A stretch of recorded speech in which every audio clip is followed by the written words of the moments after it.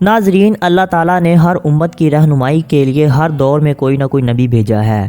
اور تقریباً 100 کے قریب انبیاء کرام کا ذکر قرآن و حدیث میں بھی ہوا ہے،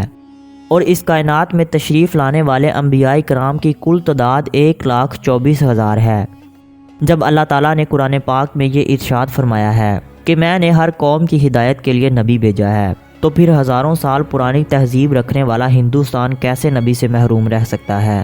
ہندوؤں کی تمام مقدس کتابوں میں ایک حالق و مالک، جنت اور دوزخ اور آخرت کا تصور موجود ہے۔ اس کے علاوہ ان کی مذہبی کتابوں میں ہمارے پیارے آقا حضرت محمد صلی اللہ علیہ وآلہ وسلم کے حوالے سے بھی بہت ساری پیشن گوئیاں موجود ہیں۔ ناظرین، یاد رہے کہ یہ ساری پیشن گوئیاں صرف ہندو مذہب کے لیے ہیں۔ سنسکرت اور ہندو مذہب کے مایا ناز پروفیسر، جو کہ الہ آباد یونیورسٹی بھارت میں بطور پروفیسر خدمات سر انجام دے رہے ہیں، انہوں نے کلکی اوتار اور محمد صاحب کے نام سے ایک کتاب لکھی ہے، اور اس کتاب نے پورے ہندوستان میں تہلکہ مچا دیا تھا۔ اس کتاب کا ترجمہ بہت ساری دوسری زبانوں میں بھی کیا جا چکا ہے۔ ہندوؤں کے بہت سے بڑے بڑے پنڈتوں نے اس کتاب کو جھوٹا ثابت کرنے کی بہت زیادہ کوشش کی ہے، لیکن وہ اپنی تمام کوششوں میں ناکام رہے ہیں۔ اس پروفیسر نے ہندوؤں کی تمام مذہبی کتابوں کو اکٹھا کر کے ان میں آپ صلی اللہ علیہ وآلہ وسلم کے حوالے سے حاصل ہونے والی تمام پیشن گوئیوں کو اس کتاب میں لکھ دیا ہے۔ ناظرین، ہندی زبان میں نبی کو اوتار کہتے ہیں،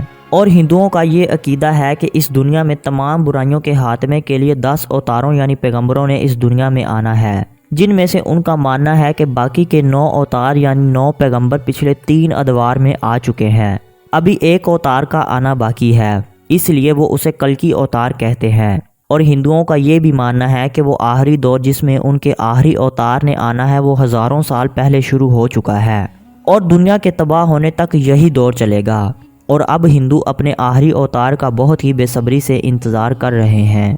اور یہ بات ان کی تمام مذہبی کتابوں میں بھی موجود ہے۔ ہندوؤں کی ایک مقدس کتاب بھگوت پران میں یہ بیان ہوا ہے کہ اس آخری دور کا ایک بہت بڑا حصہ گزر چکا ہے۔ ان کے خیال میں یہی وہ دور ہے جس میں بھگوان نے ان کے لیے آخری اور سب سے طاقتور اوتار کو بھیجنا ہے۔ ان کی کتابوں میں آخری اوتار یعنی آخری نبی کے بارے میں جو پیشن گوئیاں ہوئی ہیں وہ کچھ اس طرح سے ہیں کہ وہ کلکی اوتار وشنو یش کے گھر شمبل کے مقام پر بڑے پروہت کے خاندان میں پیدا ہوں گے۔ ناظرین، اس پیشن گوئی کے مطابق ان کا آخری نبی جہاں پیدا ہوگا اس مقام کا نام شمبل ہوگا۔ اس پروفیسر نے اپنی کتاب کلکی اوتار میں لکھا ہے کہ سنسکرت زبان میں لفظ شمبل کے 3 معنی ہیں۔ پہلا یہ کہ شمبل کا معنی ہے امن کی جگہ، اور دوسرا معنی پانی والی جگہ ہے، اور تیسرا معنی وہ جگہ ہے جس کی طرف لوگ کھینچے چلے جائیں، اور ہم سب جانتے ہیں کہ خانہ کعبہ ہی دنیا کی وہ واحد جگہ ہے جہاں امن اور ساتھ زمزم اور پوری دنیا سے لوگ وہاں جاتے ہیں۔ اور دوسرا یہ تھا کہ کلکی اوتار اس وقت کے سب سے بڑے پروہت یعنی سب سے بڑے خاندان میں پیدا ہوگا،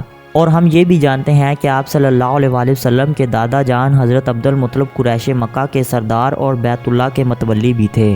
ان کی مذہبی کتاب میں آخری نبی کے والد کا نام وشنو یش بتایا جاتا ہے، اور ہندوؤں کی ایک مذہبی کتاب رگ وید میں وشنو یش کا مطلب اللہ کا بندہ ہے، اور آپ صلی اللہ علیہ وآلہ وسلم کے والد محترم کا نام عبداللہ ہے، اور عبداللہ کا مطلب بھی اللہ کا بندہ ہے۔ اسی طرح اس پروفیسر کی کتاب میں اس آخری اوتار کی والدہ کا نام سومتی لکھا گیا ہے، اور ان کے مذہب میں اس نام کا مطلب امن والی ہے۔ اس طرح آپ صلی اللہ علیہ وآلہ وسلم کی والدہ کا نام بھی آمنہ یعنی امن والی ہے۔ مہابھارت میں بھی اس آخری کلکی اوتار کے بارے میں 8 اہم باتیں بتائی گئی ہیں، یعنی آخری اوتار میں معرفت الہی، ضبط نفس، معزز حسب و نسب، الہام علم، متوازن گفتگو، شجاعت و بہادری، سخاوت اور جذبہ احسان مندی کوٹ کوٹ کر بھرا ہوگا۔ اور اگر کوئی شخص حضور صلی اللہ علیہ وآلہ وسلم کی زندگی کا غور سے مطالعہ کرے تو وہ جان جائے گا کہ یہ ساری خصوصیات حضور صلی اللہ علیہ وآلہ وسلم کی ذات اقدس میں بھی موجود ہیں۔ ہندوؤں کی ایک مقدس کتاب اشلوک میں یہ بات موجود ہے